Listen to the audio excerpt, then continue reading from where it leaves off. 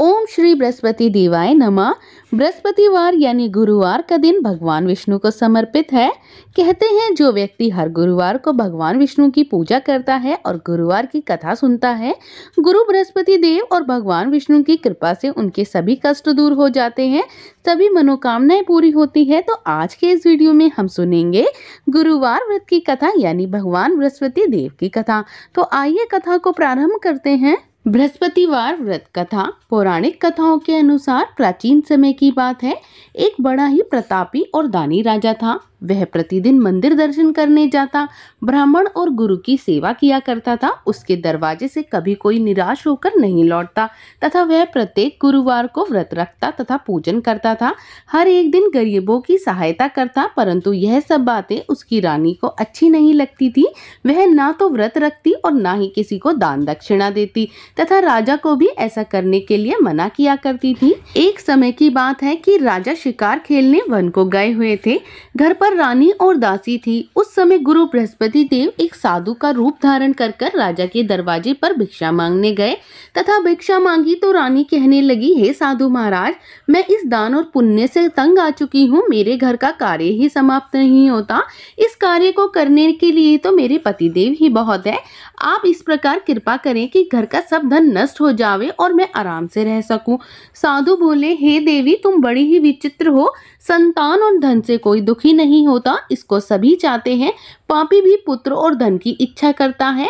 अगर आपके पास धन अधिक है तो भूखे मनुष्यों को भोजन कराओ, प्याऊ लगवाओ, ब्राह्मणों को दान दो, धर्मशाला बनवाओ, कुआं, तालाब, बावड़ी, बाग बगीचे आदि का निर्माण करवाओ, निर्धन मनुष्य की कुंवारी कन्याओं का विवाह कराओ और अनेकों यज्ञादि धर्म करो। इस प्रकार के कर्मों से आपके कुल और आपका नाम परलोक में सार्थक होगा और स्वर्ग की प्राप्ति होगी। मगर वह रानी इन बातों से खुश न हुई। वह बोली, हे साधु महाराज, मुझे ऐसे धन की कोई भी आवश्यकता नहीं है जिसे मनुष्यों को दान देना पड़े, जिसको रखने और उठाने में ही मेरा सारा समय बर्बाद हो जावे। साधु ने कहा, हे देवी, तुम्हारी ऐसी इच्छा है तो ऐसा ही होगा। मैं तुम्हें जैसा बताता हूँ तुम वैसा ही करना। बृहस्पतिवार के दिन घर को गोबर से लीपना, अपने केशों को धोना और केशों को धोते समय स्नान करना। राजा से कहना कि वह इस दिन हजामत करवावे। भोजन में मांस मदिरा खाना, कपड़ा धोबी को धुलने के लिए डालना। इस प्रकार 7 बृहस्पतिवार करने से आपका सारा धन नष्ट हो जाएगा। ऐसा कहकर साधु महाराज वहां से अंतर्धान हो गए। रानी ने साधु के कहने के अनुसार वैसा ही किया। 3 बृहस्पतिवार ही बीते थे कि उसका समस्त धन नष्ट हो गया। वह दोनों भोजन के लिए भी तरसने लगे, संसारिक भोगों से दुखी रहने लगे। तब वह राजा रानी से कहने लगा कि रानी, तुम यहाँ पर रहो, मैं दूसरे देश जाता हूँ, क्योंकि यहाँ पर मुझे सभी मनुष्य जानते हैं, इसीलिए मैं यहाँ कोई कार्य भी नहीं कर सकता। ऐसा कहकर राजा परदेश चला गया। वहाँ जंगल जाता, लकड़ी काट कर लाता और शहर में बेच देता। इस तरह जीवन व्यतीत करने लगा। इधर राजा के घर रानी और दासी दुखी रहने लगे। किसी दिन उनको भोजन मिलता तो किसी दिन वह दोनों जल पीकर ही रह जाती। एक समय ऐसा आया कि रानी और दासी को 7 दिन बिना भोजन के व्यतीत करने पड़े। तब रानी ने अपनी दासी से कहा, हे दासी, यहाँ पास ही के नगर में मेरी बहन रहती है, वह बड़ी ही धनवान है। तो उसके पास जा और वहां से 5 सेर बेझर मांग ला, जिससे कुछ समय व्यतीत हो जाएगा। इस प्रकार रानी की आज्ञा मानकर दासी उसकी बहन के पास गई। रानी की बहन उस समय पूजन कर रही थी, क्योंकि उस दिन बृहस्पतिवार का दिन था।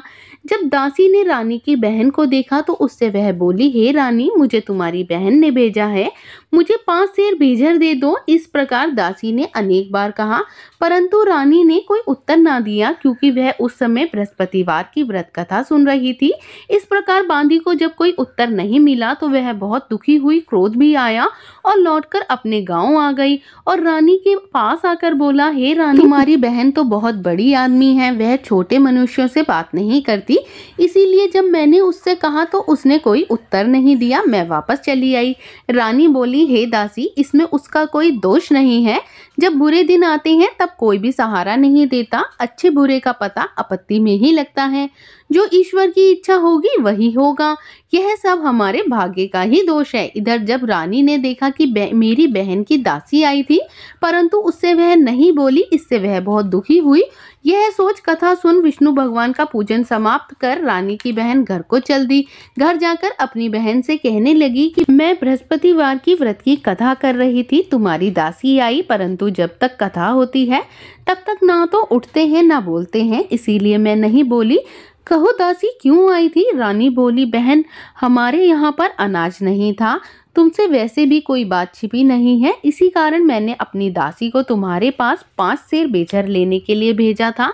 रानी बोली, बहन देखो बृहस्पति देव भगवान सभी की मनोकामना पूर्ण करते हैं, देखो शायद तुम्हारे घर में अनाज रखा हो। इस प्रकार के वचन जब रानी ने सुना तो वह घर के अंदर गई और वहां उसने एक घड़ा बेचर का रखा देखा। रानी और बांदी दोनों ही बहुत खुश हुई। दासी कहने लगी, हे रानी देखो, वैसे हमको जब नहीं मिलता तब हम रोज ही व्रत रखते हैं, अगर इस व्रत की विधि और कथा पूछ ली जावे तो हम भी यह व्रत किया करेंगे। तब रानी ने अपनी बहन से पूछा, ये बृहस्पतिवार का व्रत कैसे करना है, इस व्रत की कथा क्या है?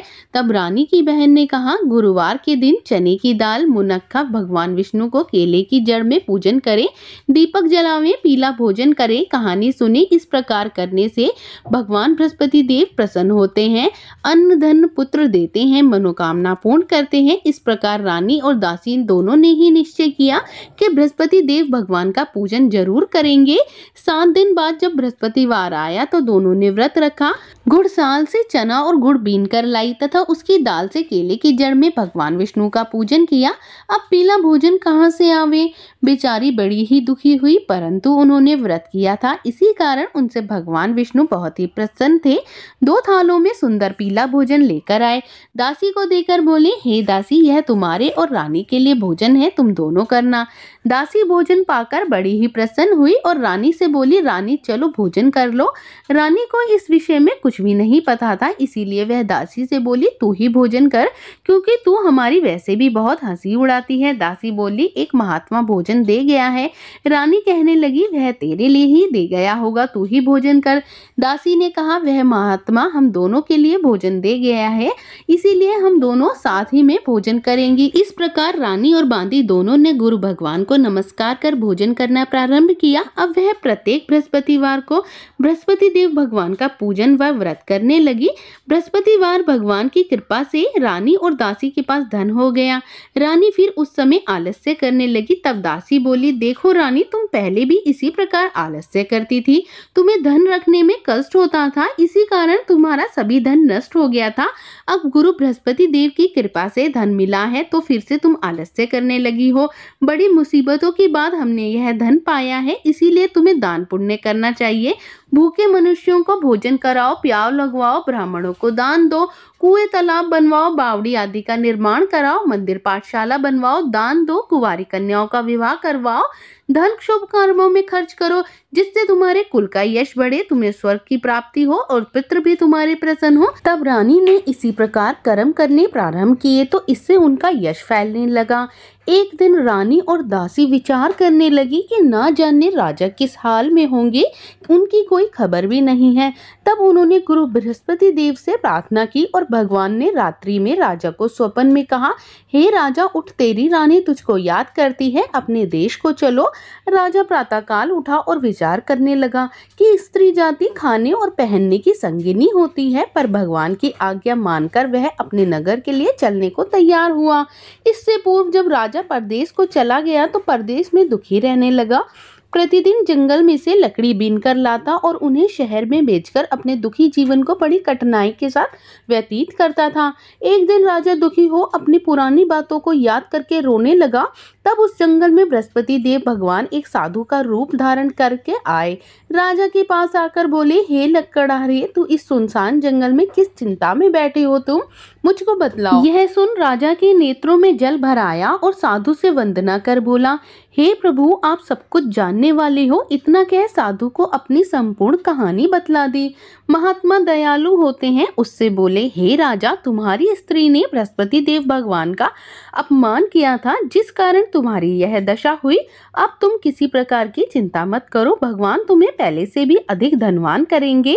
देखो तुम्हारी स्त्री ने भी गुरुवार का व्रत प्रारंभ कर दिया है और तुम मेरा कहा मानकर बृहस्पतिवार का व्रत करके चने की दाल गुड़ जल के लोटे में डालकर केले की जड़ का पूजन करो, कथा कहो और सुनो, भगवान तेरी सब मनोकामनाओं को पूर्ण करेंगे। साधु को प्रसन्न देखकर राजा बोला, हे प्रभु, मुझे लकड़ी बेचकर इतना पैसा नहीं मिलता जिससे भोजन करने के उपरांत कुछ बचा सकूं। मैंने रात्रि में अपनी रानी को व्याकुल देखा है, मेरे पास ऐसा कुछ भी नहीं जिससे मैं उसकी खबर मंगा सकूं। फिर मैं कौन सी कहानी कहूं, ये भी मुझको मालूम नहीं।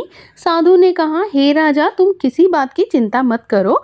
बृहस्पतिवार के दिन तुम रोजाना की तरह लकड़ियां लेकर शहर जाओ, तुमको रोज से दुगना धन प्राप्त होगा, जिससे तुम भली भांति भोजन भी कर लोगे और बृहस्पति देव भगवान की पूजा का सामान भी आ जाएगा। और जो तुमने बृहस्पतिवार की कहानी के बारे में पूछा है वो इस प्रकार है। प्राचीन काल में एक ब्राह्मण था, वह बहुत ही निर्धन और उसके कोई संतान भी नहीं थी। उसकी स्त्री बहुत ही मलिनता के साथ रहती थी, वह ना तो स्नान ही करती थी और ना ही किसी देवता का पूजन करती थी। प्रातःकाल उठते ही सर्वप्रथम भोजन करती, बाद ही में कोई अन्य कार्य करती। इससे ब्राह्मण देवता बड़े ही दुखी रहते थे, बेचारे बहुत कुछ कहते थे किंतु उसका कोई परिणाम न निकलता। भगवान की कृपा से ब्राह्मण की स्त्री के कन्या रूपी रत्न पैदा हुआ। वह कन्या अपने पिता के घर बड़ी होने लगी। वह बालिका प्रातः स्नान करके विष्णु भगवान का जाप करने लगी, बृहस्पतिवार का व्रत करने लगी। पूजन समाप्त कर स्कूल जाती तो मुट्ठी में जौ भर के ले जाती और पाठशाला के मार्ग में डालती जाती। तब ये जौ स्वर्ण के हो जाते और लौटते समय उनको बीनकर वह घर ले आती। एक दिन वह बालिका सूप में उन सोनों के जौओं को फटक कर साफ कर रही थी। उसके पिता ने देख लिया और कहा, बेटी, सोने के जौओं को फटकने के लिए सोने का सूप भी होना चाहिए। दूसरे दिन गुरुवार था। इस कन्या ने व्रत रखा और बृहस्पति देव भगवान से प्रार्थना करके कहा, हे प्रभु, मैंने यदि आपकी पूजा सच्चे मन से की है तो मेरे लिए सोने का सूप दे दो। बृहस्पति देव ने उसकी प्रार्थना को स्वीकार कर लिया। रोजाना की तरह वह कन्या जौ फैलाती हुई जाने लगी। जब लौटकर जौ बीन रही थी तो बृहस्पति देव की कृपा से सोने का सूप भी मिला। वह उसे घर ले आई और उससे जौ साफ करने लगी, परंतु उसकी माँ का वही ढंग रहा। एक दिन की बात है, वह कन्या सोने के सूप में जौ साफ कर रही थी। उस समय उस शहर का राजपुत्र वहां होकर निकला। इस कन्या के रूप और कार्य को देखकर मोहित हो गया और अपने घर आकर भोजन तथा जल त्याग कर उदास लेट गया।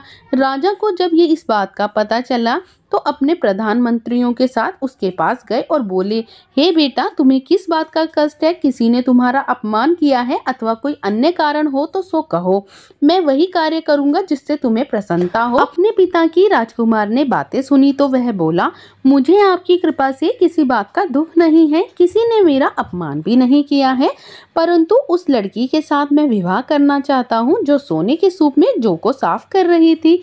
यह सुन राजा को आश्चर्य हुआ और वह बोला, हे बेटा, इस तरह की कन्या का पता तुम ही बताओ, मैं उसके साथ तुम्हारा विवाह अवश्य ही करवा दूंगा। राजकुमार ने उस लड़की के घर का पता बतलाया। तब मंत्री उस लड़की के घर गया और ब्राह्मण देवता को सभी हाल बतलाया। ब्राह्मण देवता राजकुमार के साथ अपनी कन्या का विवाह करने के लिए तैयार हो गए और विधि विधान के साथ ब्राह्मण की कन्या का विवाह राजकुमार के साथ हो गया। कन्या घर से जाते ही पहले की भांति उस ब्राह्मण के घर में गरीबी का निवास हो गया। अब भोजन के लिए अन्न भी बड़ी मुश्किल से मिलता था। एक दिन दुखी होकर ब्राह्मण देवता अपनी पुत्री के पास गए। बेटी ने पिता को दुखी अवस्था में देखा तो माँ का हाल पूछा। तब ब्राह्मण ने सभी हाल कहा। कन्या ने बहुत सा धन देकर अपने पिता को विदा कर दिया और इस तरह ब्राह्मण का कुछ समय सुखपूर्वक व्यतीत हुआ। कुछ दिन बाद वही हाल हो गया। ब्राह्मण फिर से अपनी कन्या के यहाँ गया और सभी हाल कहा तो लड़की बोली, पिताजी, आप माताजी को यहाँ ले आओ, मैं उन्हें विधि बता दूंगी जिससे गरीबी दूर हो जाए। वह ब्राह्मण देवता अपनी स्त्री को साथ लेकर पहुंचे तो पुत्री ने माँ को समझाने लगी, हे माँ, तुम प्रातःकाल उठकर प्रथम स्नान आदि करके विष्णु भगवान का पूजन करो तो आपकी सब दरिद्रता दूर हो जाएगी। परंतु उसकी माँ ने एक भी बात नहीं मानी। वह प्रातःकाल उठकर अपने बच्चों की झूठन को को खा लिया करती। एक दिन उसकी पुत्री को बहुत गुस्सा आया और एक रात कोठरी में से सभी सामान निकाल दिया और अपनी माँ को उसमें बंद कर दिया। प्रातःकाल उसमें से उसे निकालकर स्नान आदि कराकर पाठ करवाया तो उसकी माँ की बुद्धि ठीक हो गई और वह प्रत्येक बृहस्पतिवार को व्रत रखने लगी। इस व्रत के प्रभाव से उसकी माँ भी बहुत ही धनवान और पुत्रीवती हो गई। बृहस्पति जी के प्रभाव से वह स्वर्ग को प्राप्त हुई तथा ब्राह्मण भी सुखपूर्वक इस लोक में सुख भोग कर स्वर्ग को प्राप्त हुआ। इस तरह कहानी कह के साधु देवता अंतर्ध्यान हो गए। धीरे धीरे समय व्यतीत होने पर फिर वही बृहस्पतिवार का दिन आया। राजा जंगल से लकड़ी काटकर किसी शहर में बेचने गया और उसे और दिन से अधिक धन मिला। राजा ने उस धन से गुड़ चना आदि लाकर गुरुवार का व्रत किया। इस दिन उसके सभी कलेश दूर हो गए, परंतु जब अगला गुरुवार आया तो वह बृहस्पतिवार का व्रत करना भूल गया। इस कारण भगवान बृहस्पति देव नाराज हो गए और उस दिन उस नगर के राजा ने विशाल यज्ञ का आयोजन करा रखा था और शहर में यह घोषणा करा रखी थी कि कोई भी मनुष्य अपने घर में ना भोजन करे ना आग जलावे। समस्त जनता मेरे यहाँ भोजन करने आवे। इस आज्ञा को जो नहीं मानेगा उसको फांसी की सजा दी जाएगी। इस तरह की घोषणा संपूर्ण नगर में करवा दी गई थी। राजा की आज्ञा अनुसार शहर के सभी लोग भोजन बंद करने गए, लेकिन लकड़हारा कुछ देर से पहुंचा, इसीलिए राजा उसको अपने साथ घर ले आए। ले जाकर भोजन करा रहे थे कि रानी की दृष्टि खूंटी पर पड़ी जिस पर उसका हार लटका हुआ था। वहां पर वह नहीं दिखाई दिया तो रानी ने यह निश्चय किया कि मेरा हार इस मनुष्य ने ही चुरा लिया है। उसी समय सैनिक को बुलाकर उसको जेल खाने में डलवा दिया। तब राजा जेल खाने में पड़ गया और बहुत दुखी होकर विचार करने लगा कि न जाने कौन से पूर्व जन्मों के कर्म है मेरे जो ये मुझे दुख प्राप्त हुआ है। उसी साधु को वह याद करने लगा जो उसे जंगल में मिला था। उसी समय तत्काल बृहस्पति देव साधु के रूप में प्रकट हो गए और उसकी इस दशा को देखकर कहने लगे, अरे मूर्ख, तूने बृहस्पति देवता की कथा नहीं करी, इस कारण तुझे यह दुख प्राप्त हुआ है। अब तू चिंता मत कर। बृहस्पतिवार के दिन जेल खाने के दरवाजे पर 4 पैसे पड़े मिलेंगे, उनसे तू बृहस्पतिवार की पूजा करना, तेरे सभी कष्ट दूर हो जाएंगे। बृहस्पतिवार के दिन उसे 4 पैसे मिले। राजा ने कथा कही। उसी रात्रि को बृहस्पति देव ने उस राजा के स्वप्न में आकर कहा, हे राजा, तुमने जिस आदमी को जेल खाने में बंद कर दिया है वह निर्दोष है, वह राजा है, उसे छोड़ दो। रानी का हार उसी खूंटी पर लटका हुआ है। अगर तू ऐसा नहीं करेगा तो मैं तेरे सारे राज्य को नष्ट कर दूंगा। इस तरह रात्रि में स्वप्न को देखकर राजा ने प्रातःकाल उठा और खूंटी पर उस हार को देखकर लकड़हारे को बुलाकर क्षमा मांगी तथा उस राजा को योग्य सुंदर वस्त्र आभूषण देकर विदा किया और गुरुदेव की आज्ञा अनुसार राजा अपने राज्य को चल दिया। जब राजा नगर के निकट पहुंचा तो उसे बहुत ही आश्चर्य हुआ, क्योंकि नगर में पहले से भी अधिक बाग, तालाब, कुएं, बहुत सी धर्मशाला और मंदिर आदि बन गए थे। राजा ने पूछा, यह किसका बाग है, किसकी धर्मशाला है? तब नगर के सब लोग कहने लगे कि यह रानी और दासी के हैं। तो राजा को बड़ा ही आश्चर्य हुआ और गुस्सा भी आया। जब रानी ने यह खबर सुनी कि राजा आ रहे हैं तो उसने दासी से कहा, हे दासी, देख, राजा हमको कितनी बुरी हालत में छोड़ गए थे। वह हमारी ऐसी हालत देखकर लौट ना जाए, इसीलिए तू दरवाजे पर खड़ी हो जा। और आज्ञा अनुसार दासी दरवाजे पर खड़ी हो गई। राजा आए तो उसके साथ लिवा ले आई। तब राजा ने क्रोध करके अपनी तलवार निकाली और पूछने लगे, यह बतलाओ, यह धन तुम्हें कैसे प्राप्त हुआ? तब उन्होंने कहा, यह हमें बृहस्पति देव की कृपा से और उनके व्रत के प्रभाव से प्राप्त हुआ है। राजा ने निश्चय किया कि 7 दिन के बाद सभी बृहस्पति देव का पूजन करेंगे, परंतु रोजाना दिन में 3 बार कहानी कहा करूंगा तथा रोज व्रत किया करूंगा। अब हर समय राजा के दुपट्टे में चने और दाल बंधी रहती तथा दिन में 3 बार कहानी कहता। एक दिन राजा को ने यह विचार किया कि चलो बहन के यहाँ हो आवे। इस तरह निश्चय कर राजा ने घोड़े पर सवार हो गया और बहन के यहाँ चलने लगा। मार्ग में उसने देखा कुछ आदमी एक मुर्दे को लिए जा रहे हैं। उन्हें रोककर राजा कहने लगा, अरे भाई, बृहस्पति देव की कहानी सुन लो। वह बोले, लो, हमारा तो आदमी मर गया है, इसे अपनी कथा की पड़ी है। परंतु कुछ लोग बोले, अच्छा कहो, हम तुम्हारी कथा सुनेंगे। राजा ने अपनी दाल निकाली और जब कथा आदि हुई तो मुर्दा हिलने लग गया और जब कथा समाप्त हुई तो राम राम करके वह मनुष्य खड़ा हो गया। राजा आगे बढ़ा। आगे मार्ग में उसे एक किसान खेत में हल चलाता मिला। राजा ने देखा और उससे बोला, अरे भैया, तुम मेरी बृहस्पतिवार की कथा सुन लो। किसान बोला, जब तक मैं तेरी कथा सुनूंगा तब तक मैं 4 हरिया जोत लूंगा। जा तू अपनी कथा किसी और को सुनाना। इस तरह राजा आगे चलने लगा। राजा के हटते ही बैल पछाड़ खाकर गिर गया और किसान के पेट में बहुत जोर से दर्द होने लग गया। उस समय उसकी माँ रोटी लेकर आई। उसने जब यह देखा कि वह अपने पुत्र से सब हाल पूछा तो बेटे ने सभी हाल कह दिया। तो वह बुढ़िया दौड़ी दौड़ी उस घुड़सवार के पास गई और उससे बोली, मैं तेरी कथा सुनूंगी, तू अपनी कथा मेरे खेत पर चलकर कहना। राजा ने बुढ़िया के खेत में जाकर कथा कही तो उसे सुनते ही उसके बैल खड़े हो गए और किसान के पेट का दर्द भी ठीक हो गया। अब राजा अपनी बहन के घर पहुंचा तो बहन ने भाई की खूब मेहमानदारी करी। दूसरे दिन जब सवेरे राजा जागा तो उसने देखा कि सब लोग भोजन कर रहे हैं। राजा ने अपनी बहन से कहा कि ऐसा कोई मनुष्य है जिसने भोजन नहीं किया हो और वह मेरी बृहस्पतिवार की कथा सुन ले। बहन बोली, हे भैया, यह देश ऐसा ही है। पहले यहाँ पर सब लोग भोजन करते हैं, उसके बाद ही कोई अन्य कार्य करते हैं। अगर कोई पड़ोस में होता है तो मैं देख आती हूँ। वह ऐसा कहकर देखने चली गई, परंतु ऐसा कोई व्यक्ति नहीं मिला जिसने भोजन ना किया हो। अतः वह एक कुमार के घर गई जिसका लड़का बीमार था। उसको मालूम हुआ कि उसके यहाँ पर 3 दिन से किसी ने भोजन नहीं किया है। रानी ने अपने भाई को कथा सुनाने के लिए कुमार से कहा तो वह तैयार हो गया। राजा ने जाकर बृहस्पतिवार की कथा कही तो जिससे सुनकर उसका लड़का ठीक हो गया। अब तो राजा की प्रशंसा होने लगी। एक दिन राजा ने अपनी बहन से कहा कि हे बहन, हम अपने घर जाएंगे, तुम भी तैयार हो जाओ। राजा की बहन ने अपनी सास से पूछा तो सास बोली, हाँ चली जा, लेकिन लड़कों को लेकर मत जाना क्योंकि तुम्हारे भाई के कोई औलाद नहीं होती। बहन ने अपने भैया से कहा, हे भैया, मैं तो चलूंगी लेकिन कोई बालक नहीं जाएगा। राजा बोला, जब कोई बालक ही नहीं चलेगा तब तुम भी क्या करोगी। बड़े ही दुखी मन से राजा अपने नगर को लौट आया। राजा ने अपनी रानी से कहा, हम निर्वंशी राजा हैं, हमारा मुख देखने का भी धर्म नहीं है, कुछ भोजन आदि भी नहीं किया। रानी बोली, हे प्रभु बृहस्पति देव, हमें सब कुछ दिया है तो हमें औलाद भी अवश्य ही देंगे। उसी रात बृहस्पति देव ने राजा से स्वप्न में कहा, हे राजा, उठ, सभी सोच को त्याग दे, तेरी रानी गर्भ से है। राजा को यह बात सुनकर बड़ी ही खुशी हुई और 9वें महीने में उसके गर्भ से एक सुंदर पुत्र पैदा हुआ। तब राजा बोला, हे रानी, स्त्री बिना भोजन के रह सकती है, बिना कहे नहीं रह सकती। मेरी बहन आवे तो तुम उससे कुछ मत कहना। रानी ने सुनकर हाँ कर दिया। राजा की बहन ने जब यह शुभ समाचार सुना तो वह खुश हुई और बधाई लेकर अपने भाई के यहाँ आई। तभी रानी ने कहा, घोड़ा चढ़कर नहीं आई, गधा चढ़ी आई। राजा की बहन बोली, भाभी, यदि मैं इस प्रकार नहीं कहती तो तुम्हें औलाद कैसे मिलती। बृहस्पति देव भगवान ऐसे ही हैं, जैसे जिसके मन की कामनाएं होती हैं वह सभी पूर्ण करते हैं। जो सद्भावना पूर्वक बृहस्पतिवार का व्रत करता है, कथा पढ़ता व सुनता है और दूसरों को सुनाता है, बृहस्पति देव भगवान उसकी सभी मनोकामनाओं को पूर्ण करते हैं।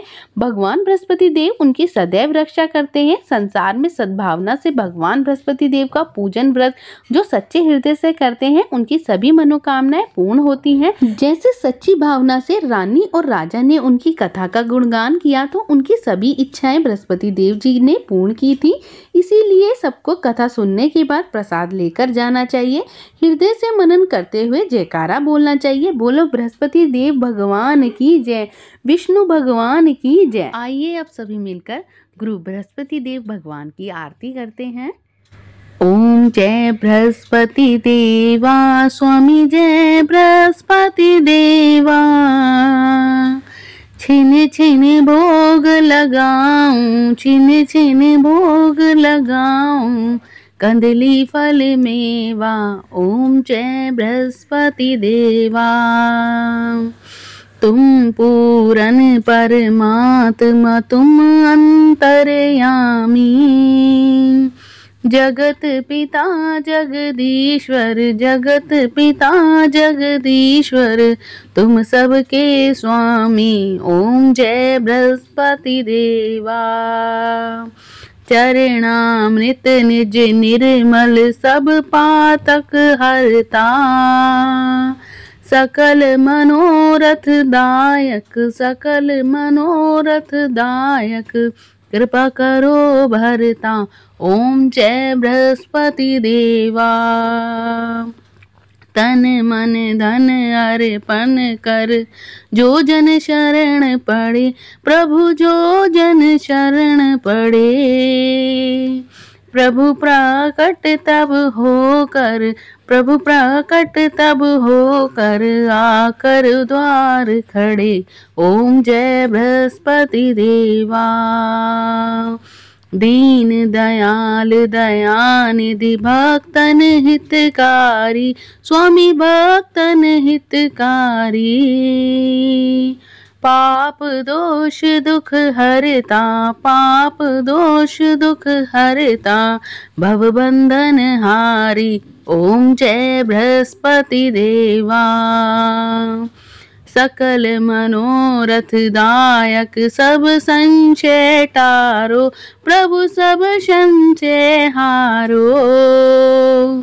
विषय विकार मिटाओ, विषय विकार मिटाओ, संतन सुखदाई। ओम जय बृहस्पति देवा। जो कोई आरती तेरी प्रेम सहित गावे, प्रभु प्रेम सहित गावे। जेठानंद आनंद कर, सो निश्चय पावे। ओम जय बृहस्पति देवा। ओम जय बृहस्पति देवा। स्वामी ओम जय बृहस्पति देवा। बोलो बृहस्पति देव भगवान की जय।